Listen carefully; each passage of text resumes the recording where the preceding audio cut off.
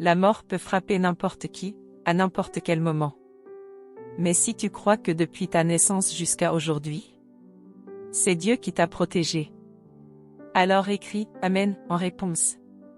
Mon cher, si tu es encore en vie aujourd'hui, si tu respires, si tu peux voir le soleil, si tu peux marcher sur la route, ce n'est pas un hasard, c'est la grâce. Combien de fois le danger s'est approché, sans te toucher? Combien de fois un accident était prêt à arriver, mais a été détourné? Combien de fois tu allais tomber, mais Dieu t'a retenu? Si tu es en sécurité, ce n'est pas parce que tu as eu de la chance, mais parce que Dieu ne t'a jamais quitté. Dieu dit, quelle est l'attitude de Dieu envers la vie des gens? Dieu garde les gens en sécurité dans toutes les situations, les empêche de tomber dans la tentation et dans d'autres situations dangereuses et protège leur vie. Quel est le but de Dieu en faisant cela? Il s'agit de faire en sorte que les gens mènent leur vie correctement.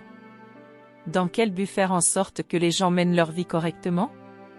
Il ne t'oblige pas à être surhumain, ni à garder dans ton cœur tout ce qui est sous le ciel, ni à te soucier du pays et du peuple, et encore moins à prendre sa place pour régner sur toute chose, tout orchestrer et régner sur l'humanité.